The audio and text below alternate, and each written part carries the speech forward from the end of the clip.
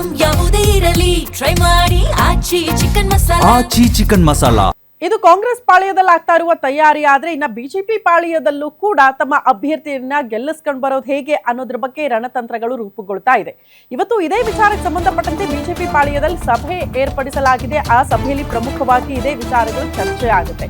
ಬಿಜೆಪಿಯಿಂದಲೂ ಕೂಡ ವಿಧಾನ ಪರಿಷತ್ ಚುನಾವಣೆಗೆ ರಣತಂತ್ರ. ಇವತ್ತು ಸಂಜೆ 6 ಗಂಟೆಗೆ ಬಿಜೆಪಿ ಶಾಸಕಾಂಗ ಪಕ್ಷದ ಸಭೆ ಇದೆ.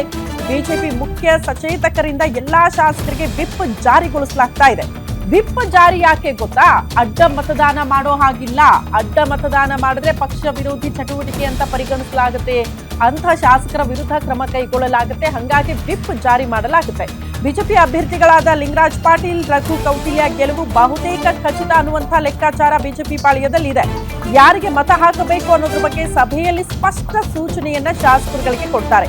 ಎಲ್ಲಾ ಶಾಸಕರಿಗೆ ಕಡ್ಡಾಯವಾಗಿ ಹಾಜರಿಗೆ ನಿರ್ದೇಶನ ನೀಡಲಾಗಿದ್ದು, ಜೆಡಿಎಸ್ ಅಭ್ಯರ್ಥಿಗೆ ಬಿಜೆಪಿ 2ನೇ ಪ್ರಾಶಸ್ತ್ಯದ ಮತ ನೀಡೋದಕ್ಕೆ ನಿರ್ಧಾರ ಆಗಿದೆ. ಮೈತ್ರಿ ಪಕ್ಷಗಳಲ್ಲೂ ಕೂಡ ಪರಿಷತ್ ಫೈಟ್ ನ ತಂತ್ರಗಾರಿಕೆ ಜೋರಾಗ್ತಾ ಇದೆ ತಮ್ಮ ತಮ್ಮ ಅಭ್ಯರ್ಥಿಗಳನ್ನ ಗೆಲ್ಲಿಸ್ಕೊಂಡು ಬರೋದಕ್ಕೆ. ಹಂಗಾಗಿ ಇವತ್ತು ಶಾಸಕರಿಗೆ ಒಂದಷ್ಟು ಸಲಹೆ ಸೂಚನೆಗಳನ್ನ ಕೊಡೋ ಸಲುವಾಗಿನೇ ಸಭೆ ಕರೆಯಲಾಗಿದೆ. ಸಾಯಂಕಾಲಕ್ಕೆ ಸಭೆ ಇರುತ್ತೆ. ಅಲ್ಲೂ ಕೂಡ ಓಟ್ ಹೇಗ್ ಮಾಡಬೇಕು ಅನ್ನೋದ್ರ ಬಗ್ಗೆ ಒಂದಷ್ಟು ಟ್ರೈನಿಂಗ್ ಕೊಡ್ತಾರೆ ಶಾಸಕರಿಗೆ. ಜೊತೆಗೆ ಯಾರ್ಯಾರು ಯಾವ ಅಭ್ಯರ್ಥಿಗೆ ಓಟ್ ಹಾಕಬೇಕು ಅನ್ನೋದ್ರ ಬಗ್ಗೆ ಕೂಡ ಇವತ್ತೇ ಸೂಚನೆ ಕೊಡ್ತಾರಂತೆ ನಾಯಕರು ಈ ಸಭೆಯಲ್ಲಿ.